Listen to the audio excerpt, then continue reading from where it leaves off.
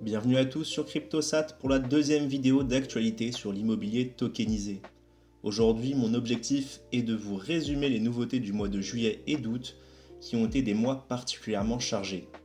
Première news, l'entreprise Ripple Labs a annoncé le 7 juillet développer activement une solution permettant de tokeniser des biens immobiliers. En effet, la société derrière la crypto XRP souhaite mettre en place un protocole de prêt et d'emprunt basé sur les CBDC afin de pouvoir acquérir des biens immobiliers dans les régions qu'ils estiment les plus avancées telles que Hong Kong pour l'Asie ou encore la zone euro. Les tokens émis représenteront la propriété ou des participations dans l'actif sous-jacent, permettant à la fois l'achat, la vente, mais aussi le trading sur des plateformes décentralisées. Deuxième actualité du mois de juillet, cette fois-ci provenant de Money Radar et un peu plus générale, le marché de l'immobilier en Europe dégringole avec des chutes jusqu'à 31,6% pour le Danemark en 2022. On constate que c'est particulièrement les pays du Nord qui ouvrent le bal avec en deuxième et troisième place également la Finlande et les Pays-Bas. On observe d'ailleurs que ce bilan est d'autant plus saillant lorsque l'on compare avec les chiffres de 2021. La tendance semble se confirmer de nouveau pour 2023 avec des prix qui continuent de chuter.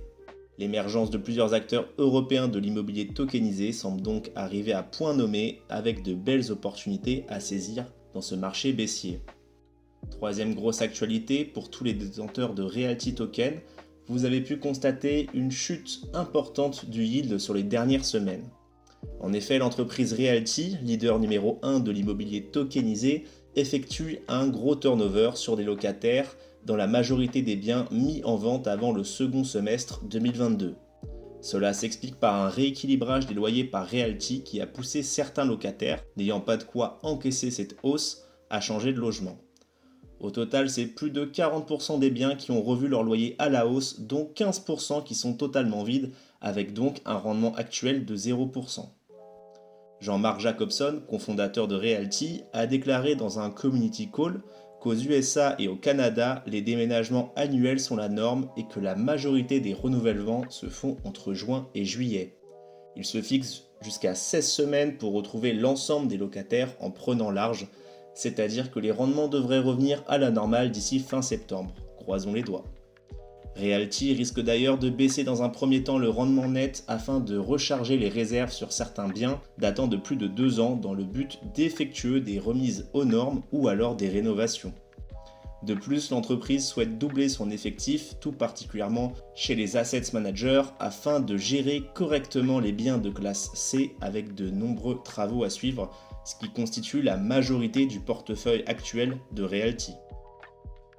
Troisième actualité, encore une fois chez Realty, c'est l'annonce d'un partenariat avec WeSeed pour le lancement officiel en Europe.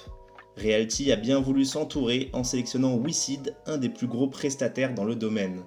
Ce choix s'est tourné vers eux également car l'entreprise accepte le statut d'agent lié et possède l'agrément pour, ce qui n'est pas le cas par exemple pour la première brique. Le partenariat est exclusif jusqu'en 2025. L'objectif en termes de tokenisation du premier bien est fixé courant octobre et la structure de Realty est incorporée en France.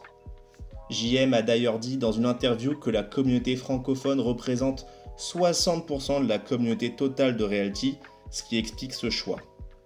L'entreprise se renseigne également activement sur le marché indien et d'Asie du Sud-Est. En parlant des pays tropicaux, c'est à ma grande surprise que j'ai constaté que Realty a sponsorisé une vidéo de la chaîne Wheezy Gang dédiée au cliff diving et au parcours. Cette sponsor semble assez surprenante, d'autant plus que la communauté des sports extrêmes semble à première vue bien loin de celle de la blockchain, même si l'appétence au risque semble similaire. Cinquième actualité du mois de juillet et août, la plateforme Fraction lance ses premiers biens sur la blockchain Tezos. En effet, cette plateforme, encore sous la plupart des radars des experts d'immobilier, semble prometteuse à mon goût. Chaque token représente une tranche de valeur de 10 € de la propriété. On peut d'ailleurs remarquer que le marketing semble assez timide sur le Web3 et s'oriente davantage vers des utilisateurs traditionnels. Ce choix est assez judicieux, surtout lorsque l'on compare aux difficultés des sociétés comme Block.imo qui n'arrivent toujours pas à couvrir plus de 30% d'acquisitions sur leurs premiers biens avec une communication uniquement tournée vers la communauté crypto. De plus, Tezos me semble bien plus mature que Multiverse X pour accueillir des projets d'immobilier tokenisé, d'autant plus que cette blockchain n'a plus rien à prouver en termes d'utilité. Autre information du jour, Tokenland va organiser son premier événement dédié à l'immobilier tokenisé le 10 septembre à Paris. Il s'agit d'un des plus vieux acteurs de l'immobilier tokenisé dans l'Hexagone et ça fait vraiment plaisir de voir enfin des events en réel. Dernière actualité, Atoa a ouvert sa deuxième tranche d'investissement pour son immeuble The One le 4 septembre. Ils ont enregistré plus de 7% d'acquisition en moins de 12 heures, ce qui est honorable. Pour rappel, ils sont centrés sur le marché français et sont basés sur le layer 2 Polygon. Jusqu'à présent, Atoa se comporte comme le petit élève modèle puisque le projet semble trouver des preneurs et que l'équipe, tout particulièrement Mehdi, font preuve d'une transparence assez exceptionnelle. Je vous conseille d'ailleurs de rejoindre le Telegram d'Alpha Omega que je vous mettrai en description où vous avez une section dédiée à Atoa pour poser d'éventuelles questions. N'hésitez pas, ils sont très actifs. C'est tout pour cette vidéo résumée de l'actualité de l'immobilier tokenisé sur le mois de juillet et août. N'hésitez pas à commenter et liker pour soutenir ce projet, mais aussi rajouter en description les éléments et les actualités qui vous semblent les plus importantes. Merci à tous et bonne fin de journée.